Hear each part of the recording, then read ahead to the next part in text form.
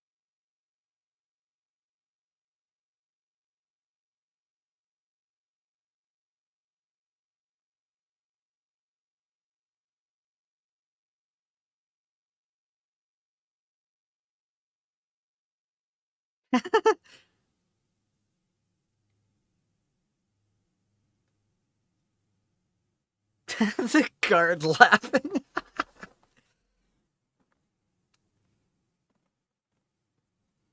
Yeah, the void in League of Legends, it's an alternate reality that is just pure growth.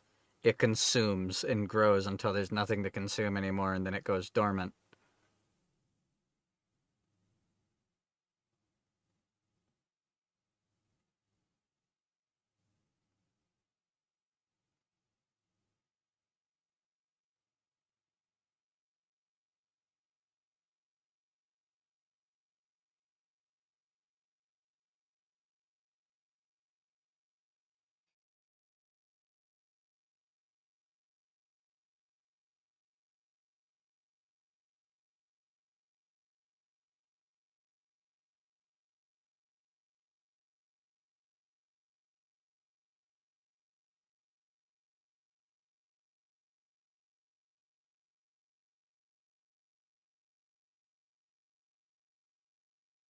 Hmm.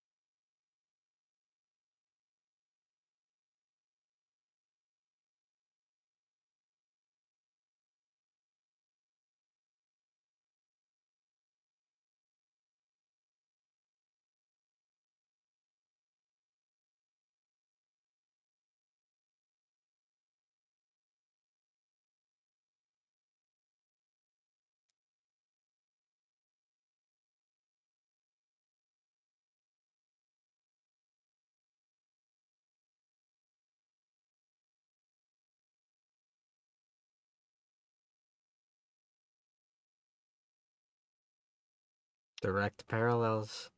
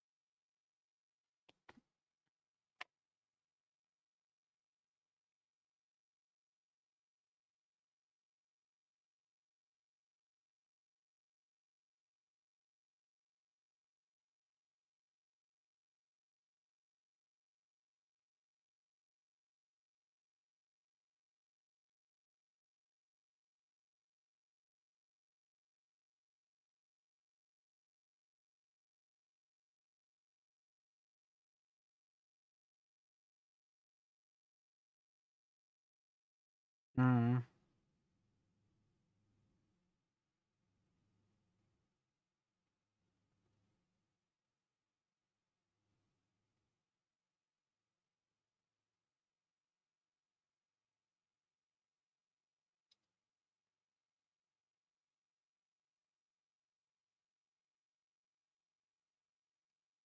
Oh.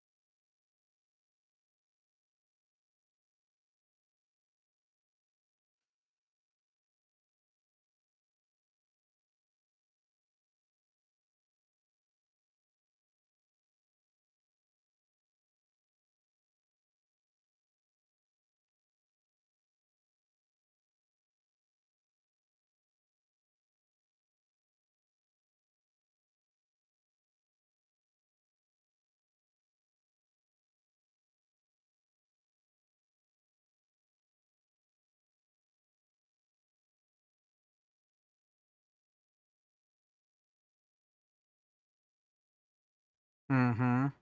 His ashtray is decorated. Almost everything on his desk is. They're gifts from her. She was a kid.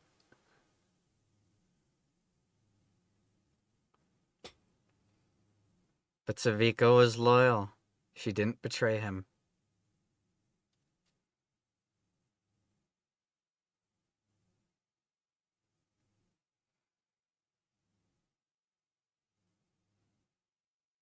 They're meeting.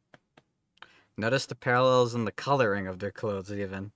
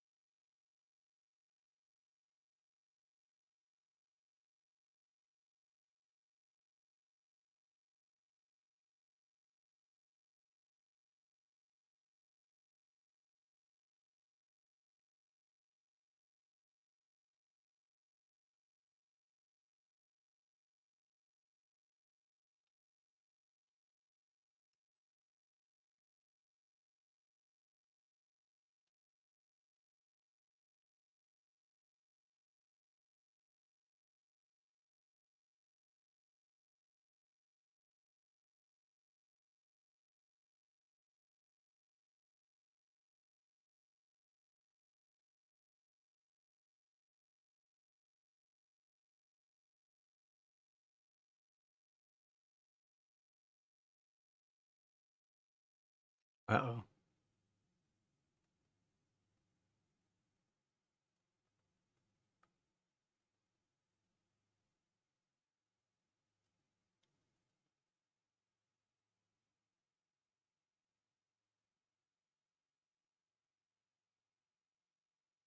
Oh no, he has to choose between his lifelong dream and his daughter.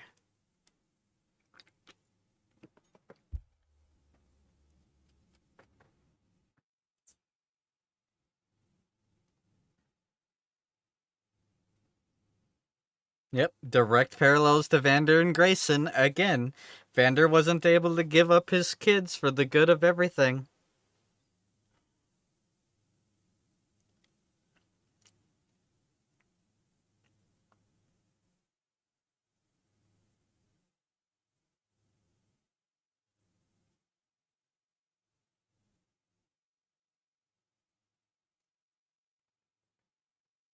Ouch.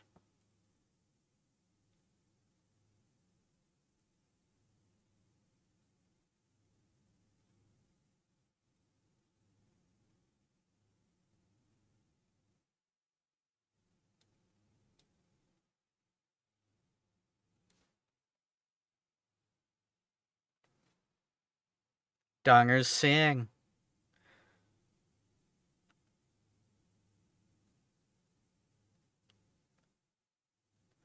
Silco.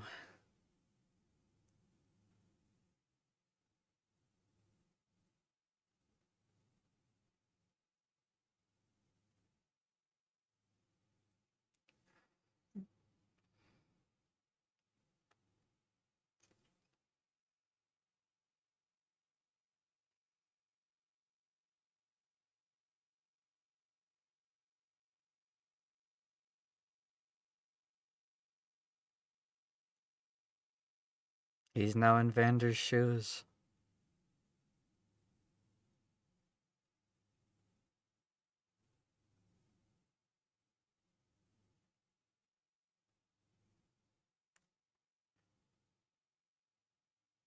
It's such a good, like, everything Silco is so good.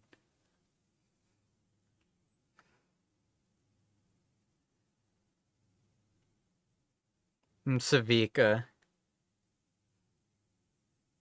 In the beginning, she seemed like a bad guy because she was against the kids, against Vander, working with Silco. But Silco and her both, they want the freedom and nation of Zon. They're the heroes of their story.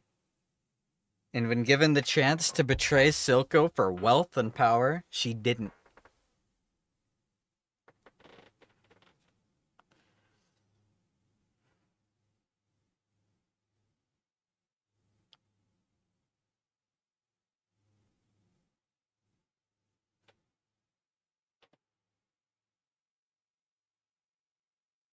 Yeah, I know.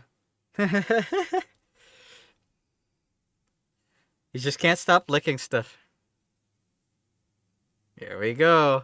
This is a really good scene. This is insanely good.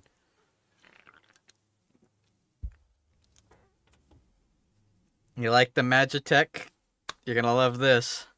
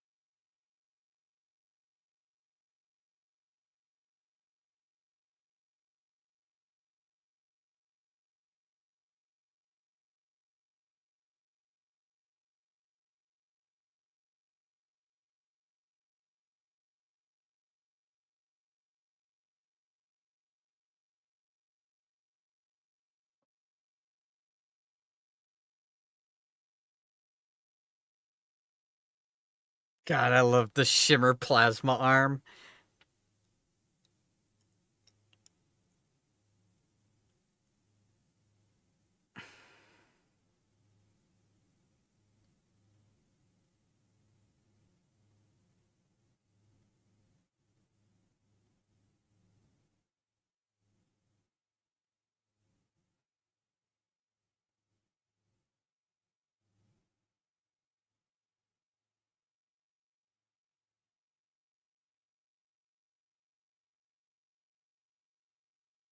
Hmm.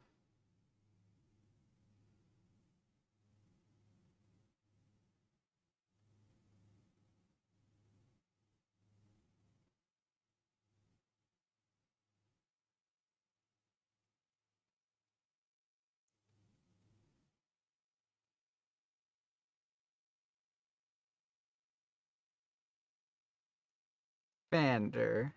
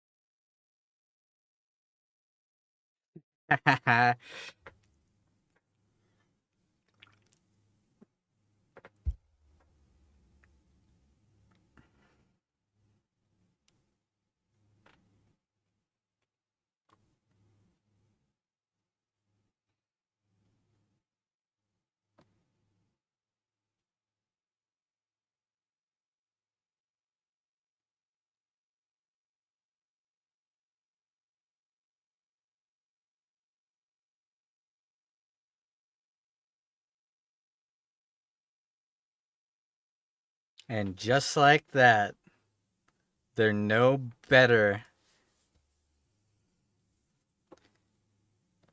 All that grandiosity and prestige crumbles around them.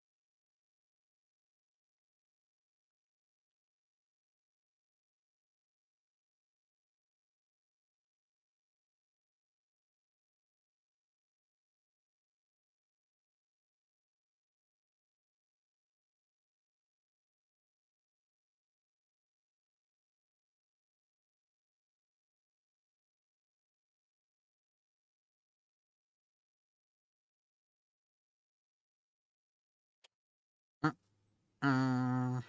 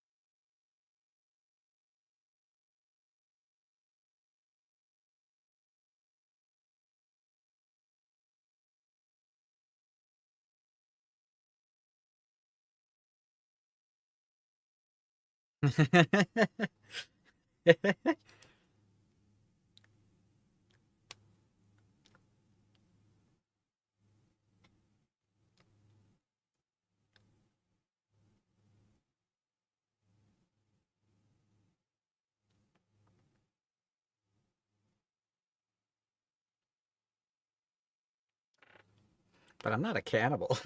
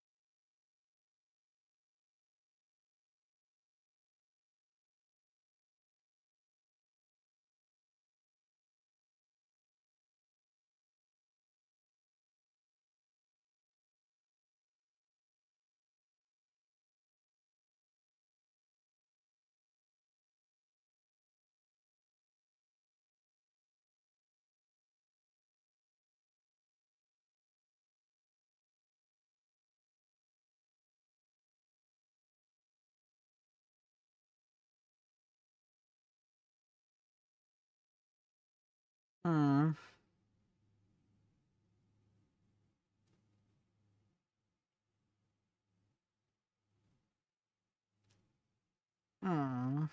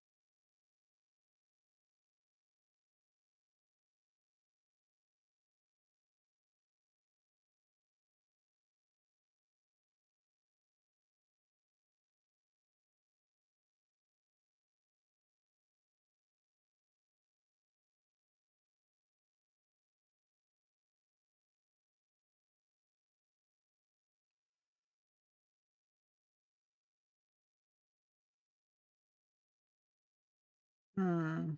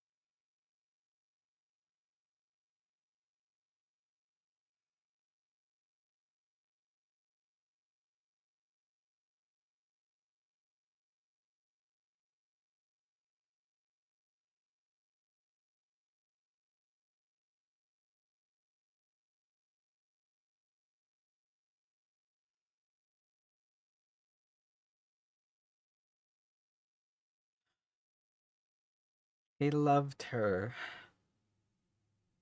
Out of everyone, every time she did something wrong, every single time people blamed her. And the one person who didn't, even after she shot him, looked her dead in the eyes and said, "Don't cry, you're perfect." He loved her.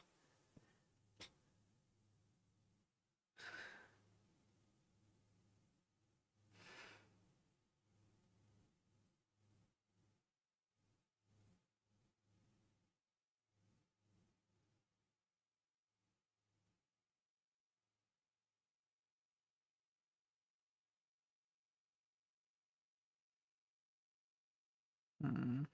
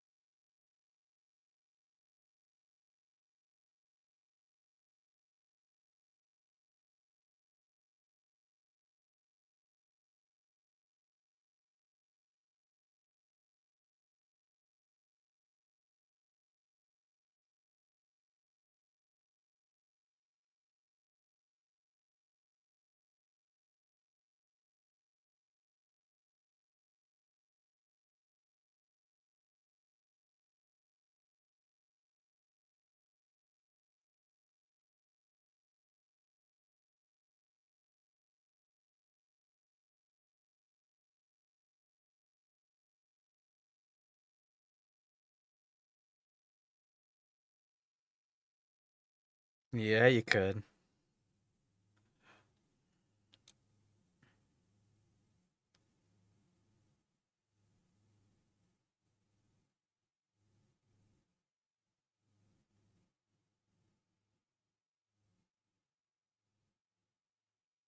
It's too late.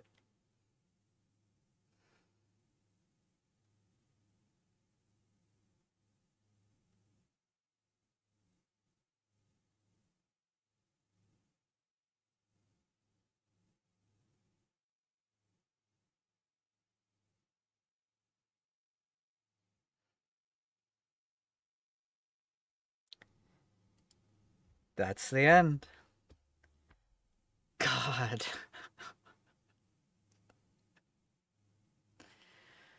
Uh,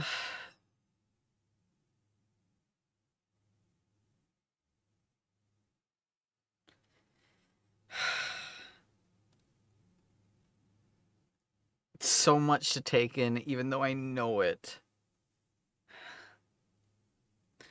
Silco, he's such a good guy. Silco was right. He loved her. The whole time you're wondering, questioning, even when he was talking to Vander. Even when he was talking to the Vander statue. What all he would lose his problems, but he couldn't. He never would have given her to them. Out of every single character, every single one, when Jinx did something and messed up, they insulted and made fun of her. They talked down to her. Everyone always didn't believe in her. The Chembarons didn't. Savika didn't. All the kids didn't. Milo, especially, was constantly insulting her. When her bomb killed Milo, Clagger, and Vander, Vi blamed Powder, called her a jinx, slapped her, and ran away and left. When she shot Silco, he told her, I never would give you to them. Don't cry, you're perfect. He believed that she was smart enough to make the weapon, and she did. Even the Piltover guys that said it would be a stretch for her to figure it out, and she did.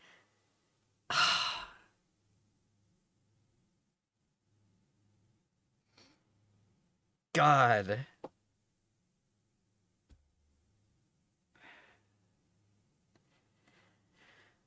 Uh Yep, the council voted for peace too late. They were too late.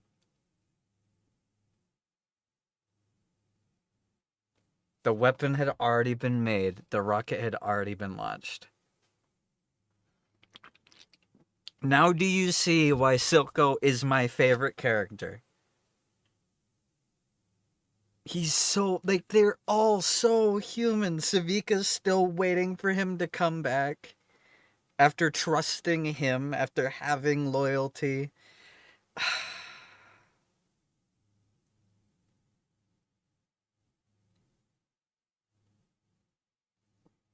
God, it's so good. It's so good. You see why I said that this is the perfect fucking ending? Every single arc over the course of almost 9 hours of footage came to a conclusion with one rocket hitting a window. Every character in the whole show. You can still wonder what's going to happen next. What's going to happen when the bomb goes off? Who's going to live? Who's going to die? What's going to happen next? But it's not a cliffhanger. It's not a cliffhanger for the point of giving you a reason to click the next time. It's so good. Fuck, that's so good. Oh my god, it's so good.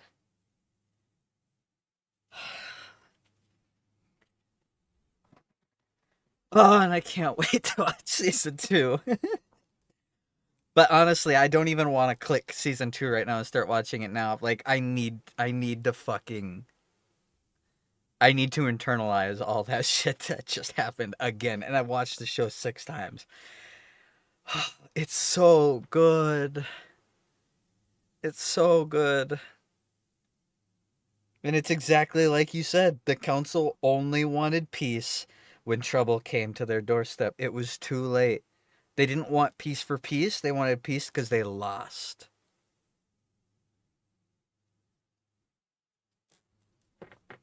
God, it's so good. Chill, Grandpa. I can't chill.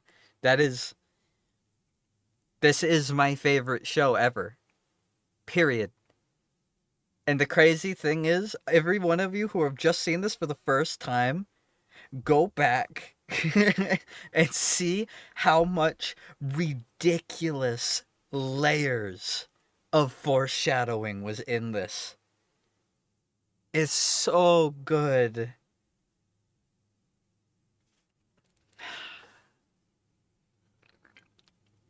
The fact that in one song, in one like 3 minute section, they can literally set up everything and wrap up everything. Ambessa coming across the painting where Mel painted it gold, like she said she wanted to do when she wanted to let that girl live. Singed holding a picture of his daughter, whom he mentioned before. Well, a mysterious figure is hanging from the ceiling. I wonder who that is. The moment Silco was about to shoot Vi, and Jinx reacted, Powder reacted in that moment and pulled the trigger, was the moment that Jinx realized that Silco is right. The other people aren't going to change for her. She could have. Vi could have just shot Caitlyn. If I just killed Caitlyn, they could have ran away together. But Jinx needed her to kill Caitlyn to prove that Jinx is the most important thing to her. All this talk of we can run together, away together, we can do this, it wouldn't be enough. The fact that Milo and Clagger and everyone's talking to her, the scribbled drawings of them overwhelming her, it's so fucking good. It's so fucking peak. So fucking peak. No show has ever wrapped up that ridiculously perfectly for me.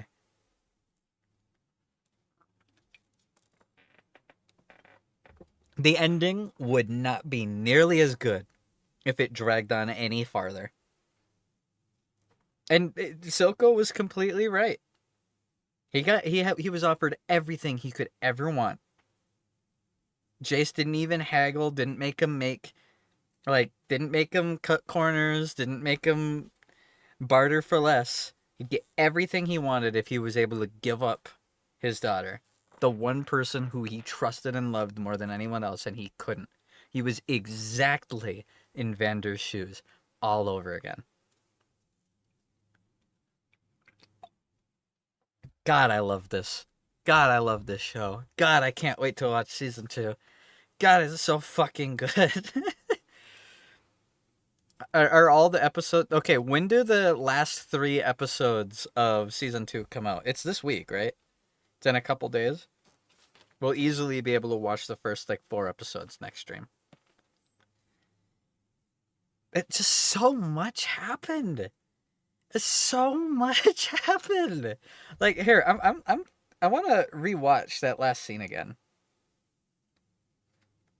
because I wanted to point out a couple of the things with it. Last year is on the 23rd. Yeah, literally in a day.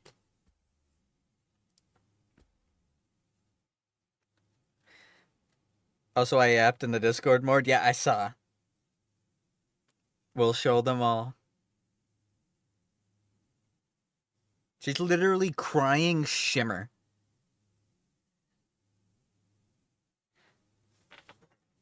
Mel chooses peace after pushing Jace towards defense.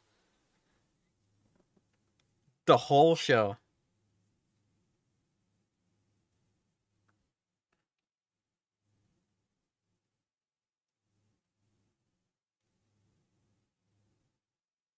Javika waiting at the office.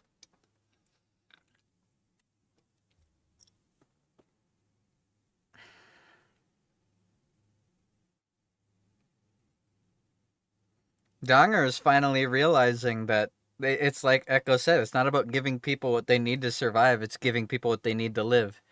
And then, yeah, look, Singed has a little picture of his daughter in his hand.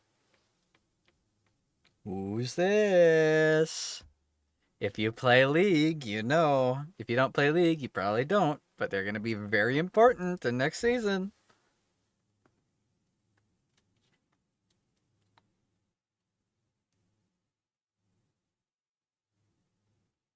I also love Ambessa's line.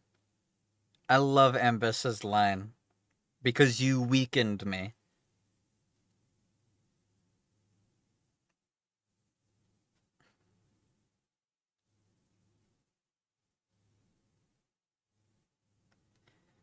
Caitlyn's mom is in that room.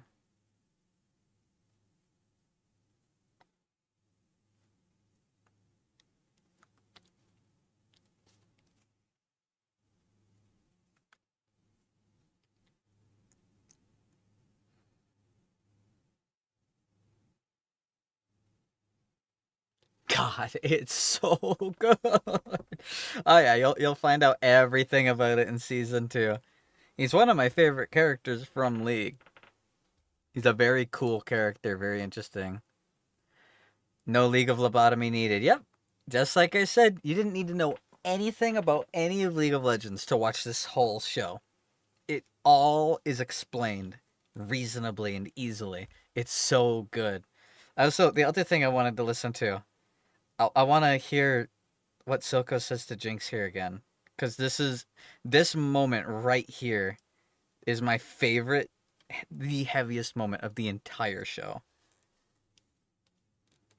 Listen to the way he talks to her.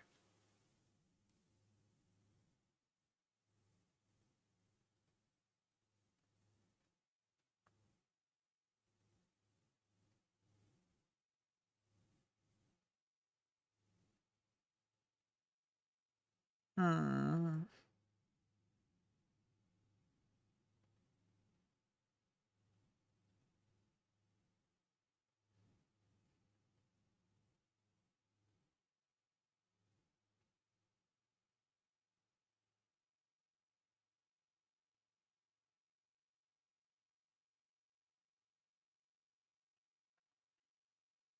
But until that moment, she couldn't fully trust him. Until that moment, like she has too much trauma. Every single person that she's ever opened up to has lashed out at her. Obviously, she's killed a lot of people and screwed a lot of things up, but until that moment, she couldn't trust him. That's why she kept calling him a liar. It's exactly what happened when Jinx first saw that she had killed Vander. She was saying, I'm sorry. Why'd you leave me? Why'd you do this? I'm sorry, I didn't mean for this to happen." And it's crazy how good it is. At the same time, I preferred knowing small info of the characters. Oh, yeah. There's some stuff to learn, but don't worry about it. We'll be starting season 2 next stream. I'm gonna have to watch it tomorrow. I'm gonna have to. I can't not. We're gonna have to do this tomorrow. After that, like, it's so fucking good, man. And the music is so good. Everything, the visuals, all of it. I also love Jace finally. Yeah, season 2 now. Exactly. We're watching it first thing tomorrow. We're ending like this stream is wrapping up at like the exact same time we did yesterday. And the cool thing is I finish work at 8 tomorrow, which means we'll be able to start at pretty much the same time again. Cuz I want to see I like so much happened over these 9 episodes. So fucking much. That was so much story.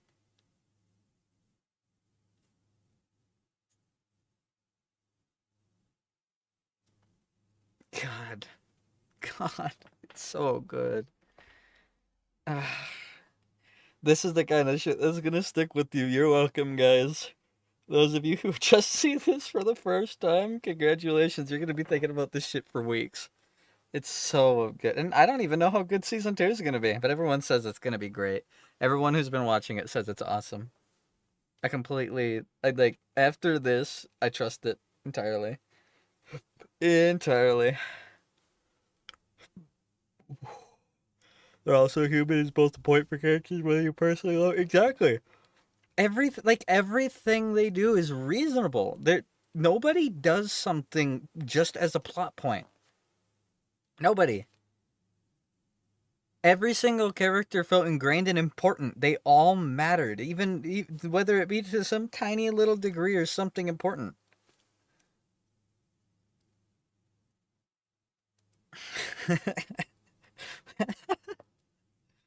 It's just women who who needs to be killed. It's a good meme. God, it's so good.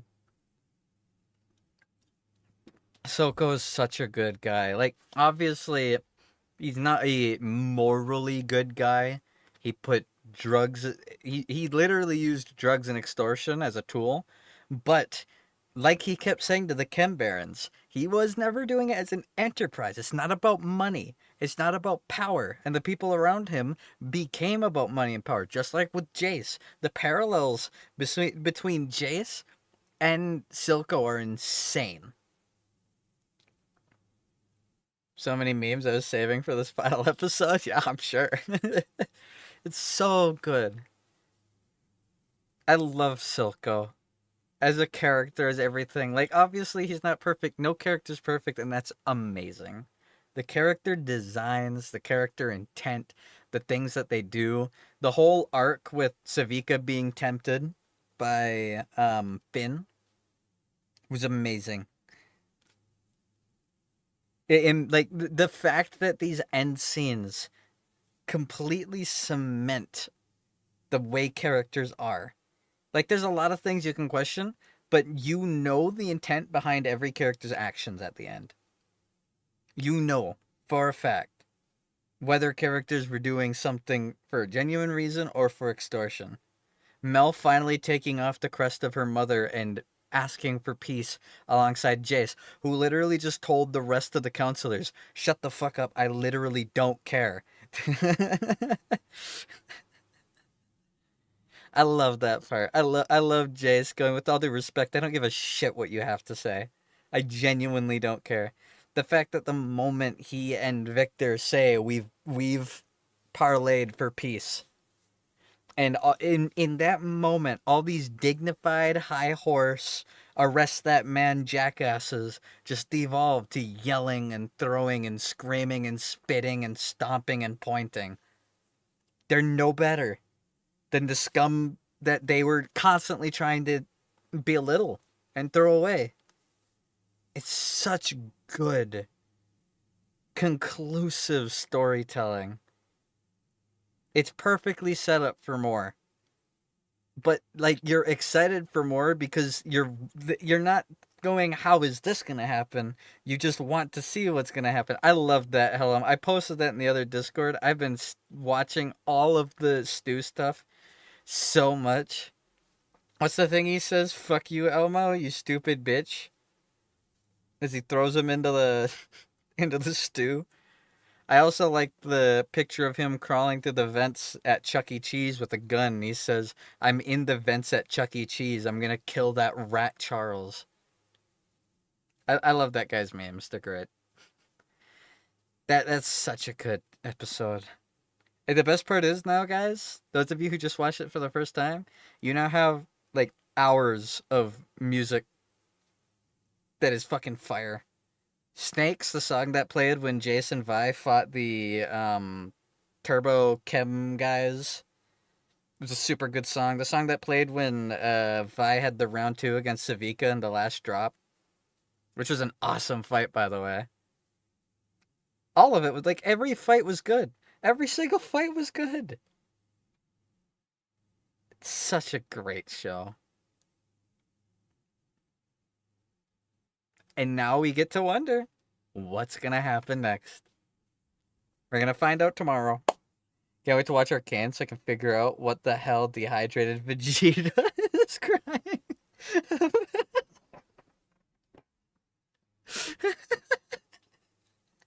I I really like referring to Milo as Dehydrated Vegeta. That's really good. Oh, that's so good. I also really liked Jinx setting the table for like all the people. It's exactly what you said, Lockhart. It like nothing ever truly dies. Like you can say that like yeah, like the actions have consequences. They all like everything always will continue. But she also means it in a literal sense. Everybody that she thinks is dead is still there. She has chairs set for Vander, a chair set for Milo, a chair set for Clagger, a chair set for Vi, a chair set for Silco, and a chair set for Caitlyn, and a chair set for both Powder and Jinx. It's so good. I also really like the fact that whatever Singed did to Jinx has turned her into a shimmer monster. Her eye color changed. She was able to absolutely blitz the shit out of Caitlyn. Before she even pulled the trigger, she was on her, grabbed the weapon, and smacked her in the jaw with it. And then she did it, despite the fact that nobody believed she could but Silco. She cracked it. I want to say something spoiler. I must resist. Please resist. It's just one more day. But she did it. She made the super mega death rocket. She made Fishbones, the rocket launcher. She did it. And she used it. I love the fact that the council finally votes for peace and it's too late. The monster you created. I also, one of my favorite lines on the show was Silco talking to the Vander statue. That line, is there anything so undoing as a daughter? Like this show had so many amazing single line just it's so good. And Bessa telling Mel like probably the first time in Mel's entire life that she sees Ambessa vulnerable, her own mother, who is supposed to be this Noxian warlord that's powerful and is trying to teach her how to do the right thing. She straight up tells her, I had to exile you. You weakened me. I couldn't bear to see the look in your eyes when I did what was necessary. And in her shoes, she's right. She's right. Rise. Where's your anger? Where's your fucking rage? Dad, what the fuck are you talking about? I love Soko as a character so much. The crazy thing is that right before that rocket hits that glass, everyone had what they wanted. Soko had his Nation of Zon. All he had to do was give up Jinx. The council finally voted on peace. But it was too fucking late. The rocket had been launched. There was no turning back. And now, without spoiling anything, season 2 is obviously based on like the trailer that I saw months ago. It's gonna have a lot of Ambessa. They added Ambessa, Mel's mom. They added her into League as a champion, so she's gonna be very important. Which making me like obviously I am speculating. Please don't answer what I'm saying. But ever since the show first came out, I've been wondering if Mel lives or not, and if that's gonna be a major driving force for Ambessa. Nah, kill the hag, please. She's still around. Because the whole reason Ambessa went there in the first place, like she said, is because her son was killed. The one that she mentioned in the flashback that Mel had, how her son he figures himself a coyote or a fox among the wolves. But in order to survive, you have to be both the fox and the wolf. She turned away for one moment, was distracted, and someone killed him. And she doesn't want to let that happen. She's desperate. She wants to keep herself and her daughter alive, which is why she wants the Hextech weaponry so bad. Also, Victor creating weird void monstrosities out of magic and flesh and shimmer. How is that gonna go? His nation of Zon without Jinx wasn't what he wanted. That's exactly what he was saying when he was talking to the Vander statue, because he never understood it. He always like said that he knows deep down Vander still has that beast in him. How he can't imagine why Vander would give up their dream, the nation of Zon, for some children. And he, in the end, finally understood it because he saw himself in Jinx. He loved Jinx. He trusted Jinx. He wanted her to succeed. He trusted her more than he trusted anybody else. She was the one person that he always defended, no matter what. To the point that of even just absolutely tanking all the criticism he was getting for it. When the Chem Barons were telling him, like, oh yeah, Jinx is going to take care of it, right? Jinx is going to take care of it. He just took it to the chin and said, shut the fuck up. He's such a good character. And like you said, a surprisingly wholesome dad. Like, obviously, there were some moments that were a little bit weird. Like when he was leaning into Jinx to lay her down into the water, but at the same time, that's just him. He's just awkward. He's just weird. He's an eccentric, strange man. But he's a good dad. And he genuinely cared about her.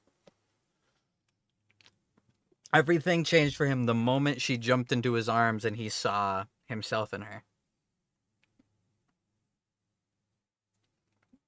The reason it's so weird is because they have... Well, yeah, they are so dysfunctional. They're so extremely dysfunctional. That is not something that you can even argue. They're completely insane. They kill people on the regular. They don't have boundaries in the way that a normal person has. But they genuinely cared for each other. And it was because Jinx couldn't choose between Vi and Silco that it ended the way that it did. It's almost always age regress when around him, which is why she sits in his lap like a young child. Yep, she sits in his lap like a young child, leans against him like a young child. When she's sitting next to him, she's playing with his syringe like it's an airplane.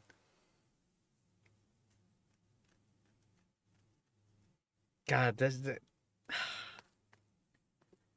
I'm gonna be thinking about that fucking scene for so fucking long.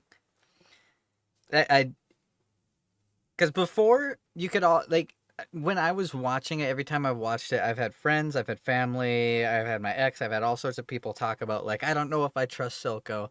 Like, he's manipulative. And they don't know if he's manipulating Jinx. There's reason to believe that he's not, but at the same time, he keeps telling her to make the weapon. He keeps telling her to make the weapon. He keeps telling her, like it's so hard to tell whether he's using her because he's used everyone else. But then all of that changes once he like puts all of his faith in Savika and puts all of his faith in Jinx. And even when Jinx shoots him, he doesn't even glare at her. He doesn't swing, he doesn't spit, he doesn't get angry, he doesn't blame. He tells her you're perfect. God, he deserved better. He's a vicious and violent crime lord, but he's a vicious and violent crime lord who's actually doing it for a reason that's good. Everyone else is doing it for power because they've grown fat and complacent. The fact that the Chem Barons couldn't even breathe the air from where they're supposed to be taking control of. It's perfectly mirrored with the Piltover Council, who literally never see any of the problems. It's like, oh yeah, we had this guy who we just found out is extremely corrupt investigate Silco, so obviously he's fine. They don't care. They don't care. They just want the money. It all became an enterprise the moment the Hex Gates were made. They were already pieces of shit before. But they had Grayson, who was a way better person than Marcus was. Grayson was such a good character too.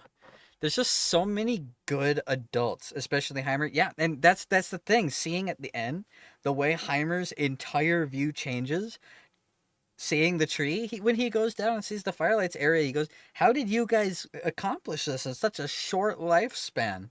Because for him, like, any innovation is like 40 to 100 years of testing and working. Magic is too dangerous. This is too dangerous. It has to be safeguarded. It has to be stopped. It has to be do this. But every single other person, like every single other person, exactly. It's like Heimerdinger and Victor, or it's like Jason Victor said. People don't have centuries, but at the same time, Heimer's right. He's wrong in different ways, but he's also right. It was unsafe. The problem is, even without Hex Tech, Shimmer already existed. The damage was already done. His decades of careful research wouldn't have prevented anything. It was too late. The people down under in the underbelly were abandoned completely. He didn't even know they were there. He knew, but he didn't care. He didn't know how bad it was because he was too complacent. He had spent hundreds of years on his high horse. Oh, every character is wrong in their own way and right in their own way, except for the Chem Barons and except for the council. The council members and the Chem Barons are the only characters in the whole show that are objectively, completely, and thoroughly evil and wrong. They are only doing it for money and power. All of them intentionally and maliciously delve into the illegal, specifically for gain. Specifically. That's all they cared about. They hated Jace for what he was doing until he offered them money. Evil, maybe no pieces of shit. I would argue that they are objectively evil.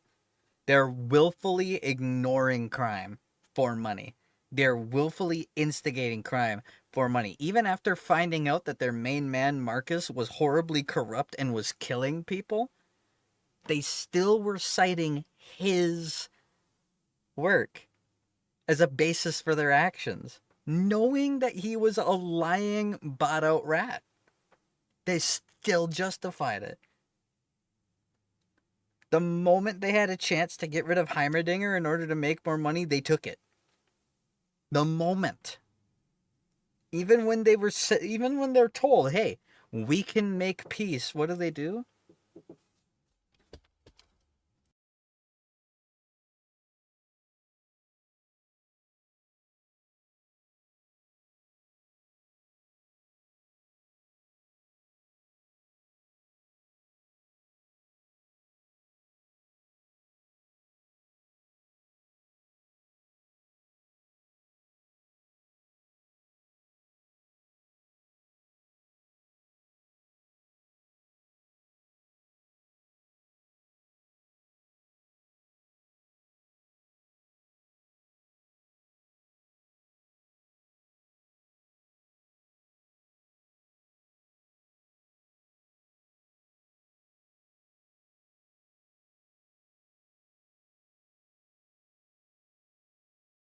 Sorry, guys, one moment.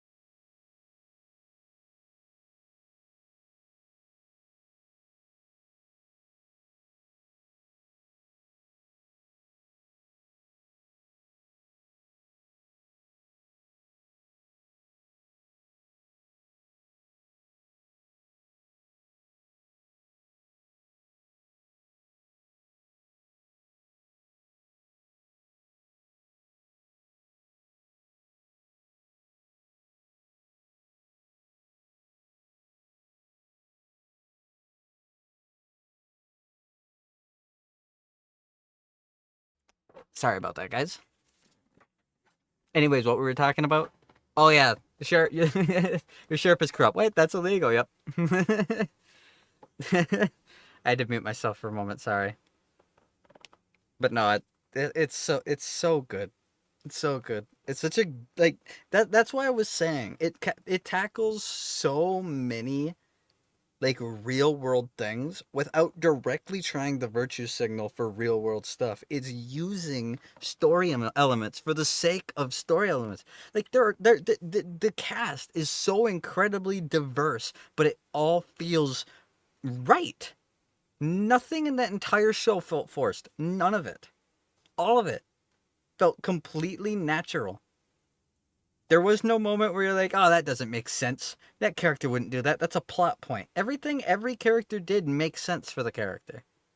That's a level of storytelling that you would be hard-pressed to find in literally anything else. And there was no filler either. Like, every single interaction between every character led to that ending. That is such an amazing... The fact that they could take that many characters, dozens of characters, and have all of their arcs and stories combined into one single room with one window. It's crazy. It's crazy. And the fact that there are hours of shit you can just constantly be thinking back to. All of it. Even when fucking Vander died. His last words, take care of Powder. And Vi tried. But the problem is Powder's gone. And Vi changed too. It was no longer just Vi and Powder against the world. The underbelly against the topsiders. She found a topsider that she sympathizes with. Caitlyn. She realized she's a good person. She wants what's good. She just didn't know. And she couldn't bring herself to do what she had to do what she asked of Vi. They could have ran away together. But she couldn't shoot Caitlyn. She couldn't.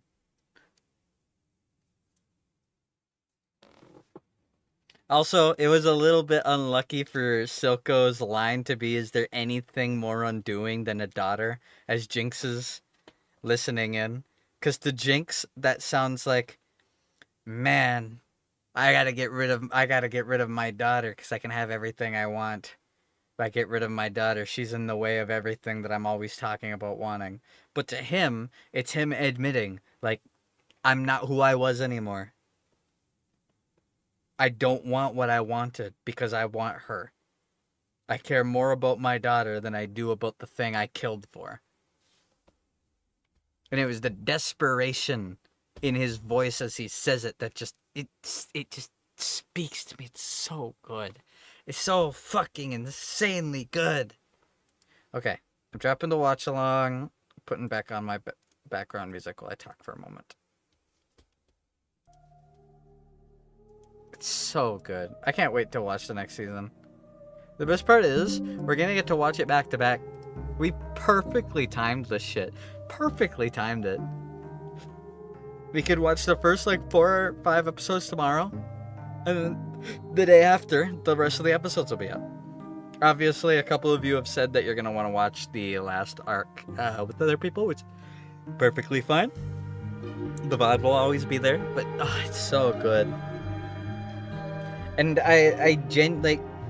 you can't find another show or movie based off of a video game that is as standalone as this is. A person who is a major League of Legends fan can go back and look at all of this and go, oh, that's Vi's gauntlets from League of Legends. That's Jinx's machine gun pow pow, and that's her rocket launcher fish bones. That's how Singed his face got all fucked up, and now he has the face covering and the fucked up eyeball. It's because he got blown up when all the shimmer growth lit on fire. It's so good. Victor's laser claw, we got to see it when they were showing off the Hex Tech devices. The Hex Core, which is an important part of Victor's kit in League of Legends. Jace finally gets his hammer. But you don't need to know any of that. It all is perfectly ingrained in the story. I could yap about this for years. It's that good. compared to watching with you because the VODs make no sense if I don't know what episode we're on. True. That's a good point. Maybe for the last stream, I'll bring the timer back. I just gotta fix it. I have a timer to show exactly what second I'm on, but it's broken. The script broke at some point over the last couple of months since we last did a watch-along, which I think was Smiling Friends, which was months ago. That was like half a year ago. That was quite a while ago. Yeah, timer would help a lot. Yeah, I'll try and fix it. I'll try and get it fixed.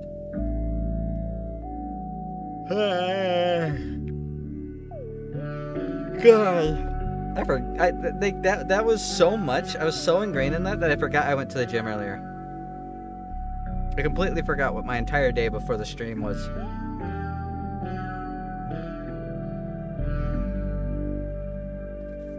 It's also crazy how many arcs and changes they can have in the characters. Like at the very, very beginning, Jace was being sneaky, doing illegal practices, right?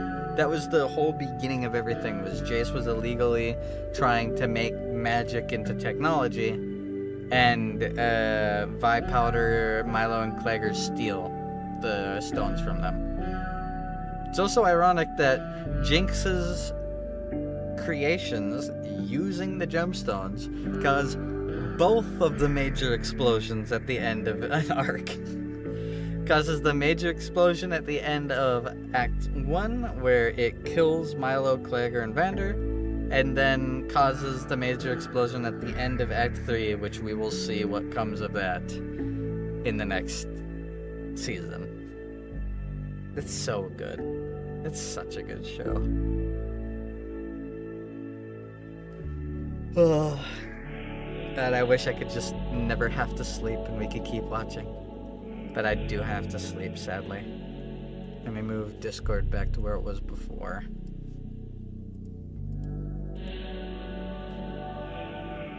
Fucking amazing. I also love all the different magic stuff that they use. From little things like prosthetics to actual tools and weapons and devices, airships, fast travel, guns, gloves, hammers. They use it for so much. I also, like, there's so many little tiny lines that don't matter, but add so much to the world building. Like, fucking Heimerdinger just picking up Echo's hoverboard. I'm going, this is ingenious design, but the incline of the fans it's too much. It would need to be less. And then Echo just cuts him off. No. Air's denser down below. Higher incline is needed in order for it to float. Like, that's such a quick, short, little interaction that normally wouldn't matter, but actually explains so much of something that has been used like 8 times in the show by that point. Fucking awesome. It's fucking awesome.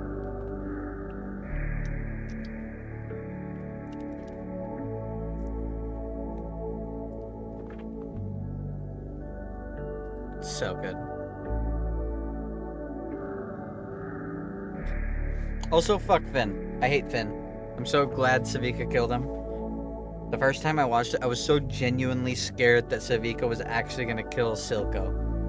Because I was thinking, like, oh god, what's Jinx gonna do if Savika kills Silco? What's gonna happen with the underground? What's gonna happen with the Chem Barons? Because Silco's kind of like, well, Silco, yes, is doing all this nasty shit. He's holding an equilibrium. Whether his and Marcus's intentions were the same as Grayson as Vander, whether the intentions were the same, doesn't matter. The result was the same. They were holding peace. It wasn't until things started happening that peace broke. The explosion of Jace's workshop. After that point, the scales had been tipped. Something had to happen, but no one could betray their own. Vander couldn't give up the kids. Grayson wouldn't let him give up himself. And the heads of the Piltover council all didn't care. Like, hey, this is causing problems, civil unrest, people are being beat, people are being hurt, people are being damaged. We shouldn't be doing this. And the council's like, I don't care. I want someone who's responsible made an example of. It was literally just fear-mongering. It was control, which is exactly what Silco was trying to do. When Vander said that, like, you can't beat them with your, even with your monsters, Silco said it doesn't matter. I don't need to beat them. I need to scare them. When they're scared to stop us, we are free. And he's right. And in a perfect world where everybody was being reasonable and everyone had good intentions and everyone was actually paying attention to other people, never would have come to it. That's not what happened. All the people in Piltover would beat and kill people who came across the bridge. Shove them down in the underground, working in mines where they literally can't breathe. Out of sight, out of mind. Doesn't matter if I can't see it. It was their own fault. Everything was their own fault. The council members, they constantly and continuously upscaled things throughout the entire show. From the very beginning of the first episodes, they were always riling things up because they were on their high horses.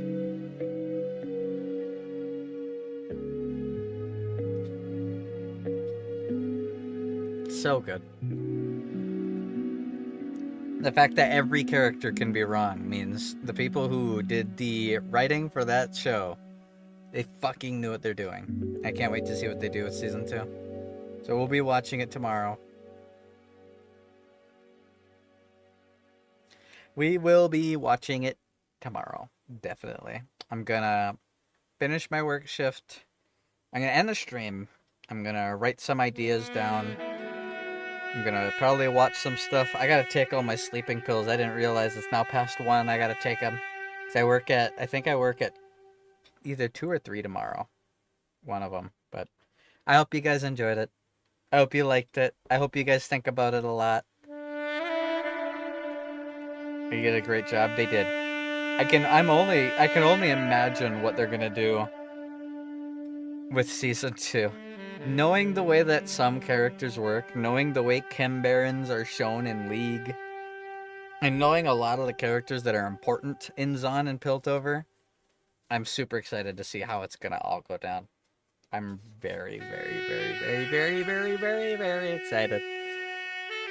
It's gonna be great. Oh, it's gonna be great. It's gonna be so good. Soko deserved better. Pour one out for my boy. Soko was a good man. He was such a good dad. Chem Barons, gotta hope the next tie-in show brings in Renata Glass. That would be cool. That would be cool.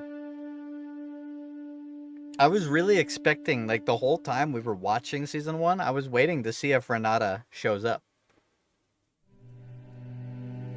And then when they, I was assuming that she was gonna take over where Silco is. I thought they were gonna have Renata take over Silco's place, but Silco lasted the whole show, which surprised me. I can't believe he died. He was so.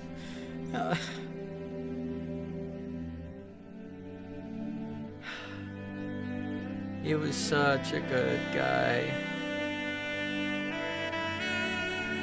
The way that they can, just by showing the characters being human, completely flip them around from, oh, Silco and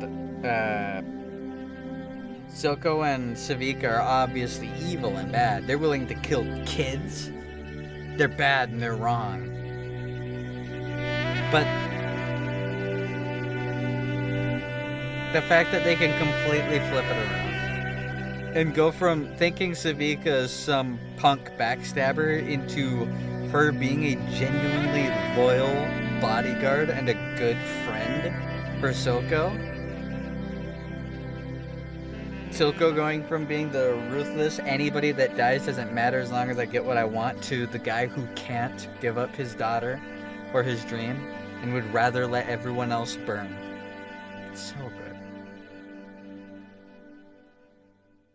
Do absolute shit and are still sympathetic. Yep. Well, yeah, he's objectively not a good guy, but he's a product of his environment. He was who he had to be. He was the hero of his story. He watched as people in the mines died and no one cared, as they starved and struggled and clawed for nothing, for scraps, and all he wanted was independence. Even in the deal, he was willing to discontinue Shimmer. Yep, I would let the whole world burn just to protect my family. That's exactly, and then we had that same parallel with Ambessa. I love the line in the flashback with Ambessa. I would give you the world, child, if you can show me you have the strength to take it. I went into Arcane expecting cool robot shit. Came out of Arcane with like 24 amazing parental figure fictional characters. Like the whole show really is just half classism, half parental problems.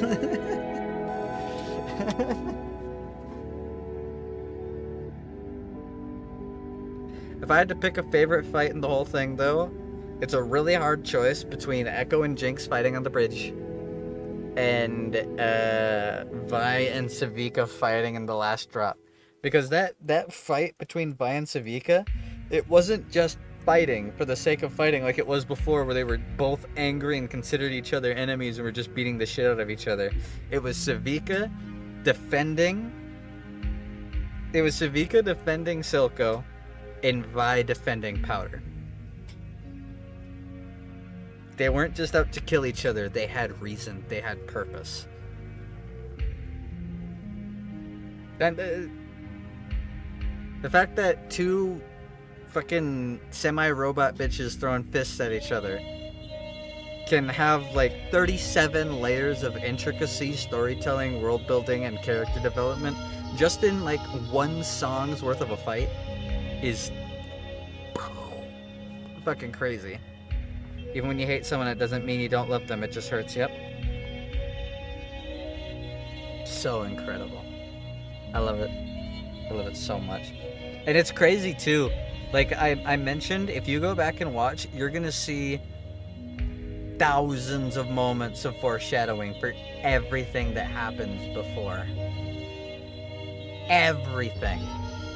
There's like 80 different instances that lead up to the point where Silco won't be able to give up Jinx.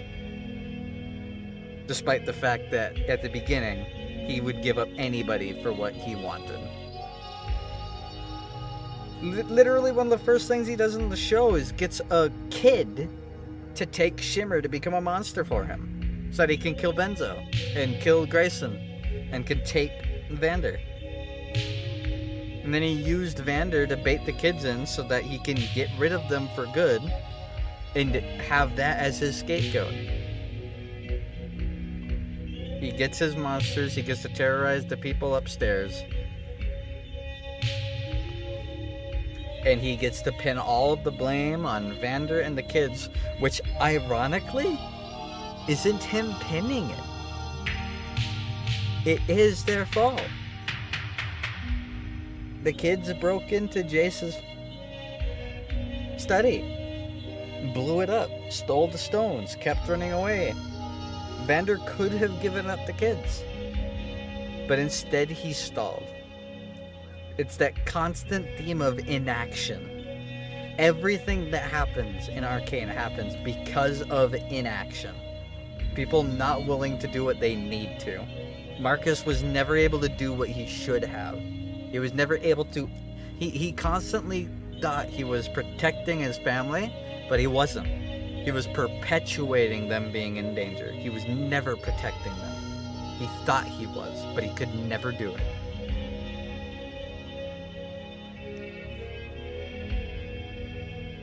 It's so good. Ironically, the entire story of the City of Progress is stagnation. Also, I know it was cool to see, and it wasn't as crazy for all of you non-League of Legends players, but the whole Victor subplot with the Hex Core, take responsibility, yep. The whole Victor subplot with the hex core is so cool for me. Because the Void is in League of Legends. It is this alternate dimension of alien, nightmarish monsters beyond comprehension that do nothing but consume and grow and live. And Victor accidentally created it. He realized that Hextech has the power to learn, and when it learned to evolve, it did. It made him stronger so that he could continue doing what he was doing, and when he tried to turn against it, what did it do? Broke it.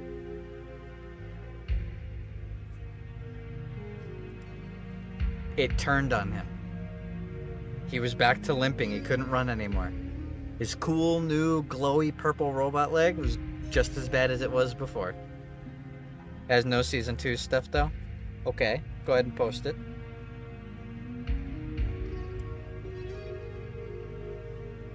But it's fucking awesome.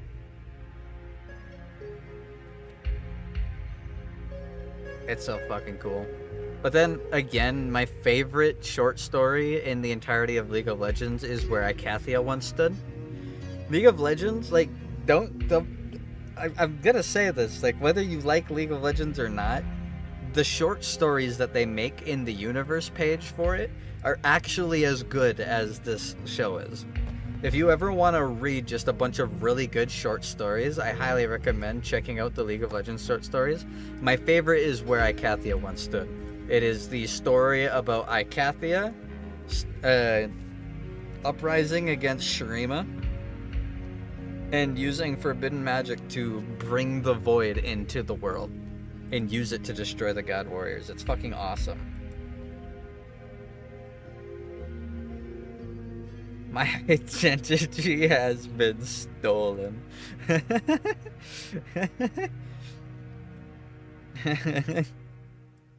Victor's on that hex tech grind. Meanwhile, Jace was in the sex tech grind.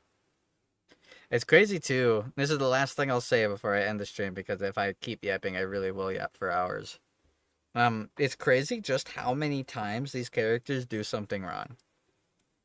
The fact that they can have this many compound things that they did wrong is wild. It's absolutely wild. The fact that Jace can slingshot back and forth between, this is what I want to do, it's going to help people, to... He was completely right when he told, like, Mel, he never wanted to be a politician. He never wanted to be part of it. But Mel pushed him to it, because that would be a way for him to circumvent Heimerdinger stopping them and to take matters into his own hands to create the hex tech that she wanted him to make, because she wanted the new big thing. And then she actually developed feelings for him. They actually loved each other. There's so... The plot does such an amazing job at letting you continuously question the real motives of most of the characters until something happens that doesn't just directly look you in the eye and go, hey, this character actually likes this person. It shows it. It shows it. It doesn't tell, it shows. Just something that I think a lot of screenwriters forget that they can do in a medium of film. I will create the Torment Nexus from the popular novel Don't Create the Torment Nexus. Victor never would have even gotten as far as he did with the Hex Core if he would have been able to talk to Jace and Jace was involved. But what did Jace do? Jace blocked the roads. He blocked the bridges. He looked Victor dead in the eyes and said, the trenchers are dangerous to us, forgetting that Victor is a trencher. And Victor lost his trust in him, decided to act on his own. And when he ran out of Shimmer, he tried to continue anyways, and it wasn't his life that paid the price. It was the assistant, Sky. She died for it. And it took her dying for it for him to realize that that Heimerdinger was right. However, while Heimerdinger was right, what he did was wrong. You shouldn't just destroy new technology because it isn't tested, which is what he finally realized literally at the end of the last episode. Because throughout the whole series, he's constantly like, "Oh, the science needs to be tested. If we test it, after a few decades of careful research, your magic machine will finally be able to be used to save people in like 8 generations." And instead of like actually using it, it's the consistent, constant morally gray. Everyone's right, but everyone's wrong. Everyone's right for the wrong reasons, and everyone's wrong for the right reasons. The ways that people are wrong and the way that people are flawed is because of specifically, their upbringing, the people they're surrounded with, the circumstances. What does Jace see? Jace is constantly seeing people dying around him, and he thinks he has to stop it. He thinks he has to take responsibility and fix it, because it all happened because of the hexcore he made. So when he finally takes matters into his own hands, he fucking kills a kid. And then he goes, well, shit. Oops. And immediately barters for peace. It's so good. I love this show. I love Arcane. I can't wait to watch season 2 tomorrow, but I really do need to end the stream there. I'll keep yapping for forever. We need to test it. Proceeds to not test shit. Yep. Because for him, a couple decades is literally nothing. The blink of an eye. It's that complete disconnect. It's exactly like Freerun, which is why I completely understood your jokes about him being a less wholesome Freerun. If everyone lived as long as he did and everyone lived the kind of life he does, he'd be right. But they don't. And he didn't realize that until he saw. He actually crossed the bridge and saw how bad things were. Found Echo. Echo brought him to the Firelight hideout. And it was then that he finally realized people can make things. It doesn't take decades of anything, and the people down there are thriving. Better than a lot of the people in Piltover are. They're alive. They're healthy. They have fresh air and trees. That's something even the upper city can't do. And why'd they do it? Because they had to. Not carefully and scientifically, they needed it. So they did it. Which is why I'm super, all the things I'm excited for with season 2. I'm really excited to see how Heimerdinger is changed. Specifically how Heimerdinger is changed by seeing the Firelights. I'm really, really excited to see that. I'm also really excited to see what Ambessa is going to do. Because she's a violent, ruthless warlord. What's she going to do when she finds out that her daughter just got bombed with the tools she was pushing her daughter to fund making? I'm very interested to see how she's going to handle things. I'm interested to see exactly what is going to happen with Vi and Jinx. Because it's pretty conclusive. Like, Jinx is Jinx. She's not Powder anymore. Silco had his moment where he became who he was when Vander tried to drown him and he had to save himself. Jinx finally had her moment. She didn't have her moment when Vi slapped her in the face and called her a Jinx, like Silco was trying to push. She had her moment when her inaction and her like constant drive and need for Vi's like support and for Vi's protection and for what's the right word I'm looking for? She needed her appraisal. She needed to be accepted. That's what she was always pushing for. Always. She wanted to help. She wanted to be involved. She wanted to be praised for it. She wanted to be useful. And it was when she finally realized in a 2-in-1 action, she instinctively defended Vi and killed her own father. And what did he do? Did he call her a Jinx? Did he tell her that she fucked up? No. He accepted her anyways. Told her that he'd never give her up. That he loved her, that she's perfect, that she shouldn't cry. In that moment, she got more... She got more love in that single moment than the entire rest of the show combined. She was a product of insecurity. Constant and aggressive and malicious insecurity. Everybody telling her she's not enough. She screws everything up. She screws up every job. She attacks her own people. She's unstable. She can't handle anything. She even beat herself up. Her own internal voices were constantly nagging at her and beating herself up. And the one moment someone finally fully trusted, accepted, and loved her was after she had already shot them. So fucking good. So fucking good. So fucking good. But alright. That's enough yapping. I could yap for hours. I could literally yap until the next stream starts, so I need to stop. Let's put on our outro music and call it a night. Because this is only halfway through all the watchalongs. Only halfway through. We got a whole other fucking season. And all of season 2 I have not seen.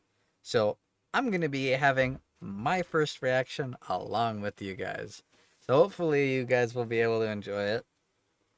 I know Zekin's going to be able to watch more because he's already seen season 1 and he's waiting to see it. Same with Bone. Bone was saying he's already seen season 1. He's waiting until we get to season 2 to join the watch-along. So I'll probably have more people in the watch-along for season 2 too. But thank you guys for hanging out. I really appreciate it. It was a lot of fun. I love this show. I'm so glad I could share it with you guys. This is genuinely the kind of show that I could watch it over and over with different people every single time. Every single time. And there's so much in it. You're never bored. Even knowing everything. I was never once going, can't wait for this part to be over. Fully ingrained. The whole time.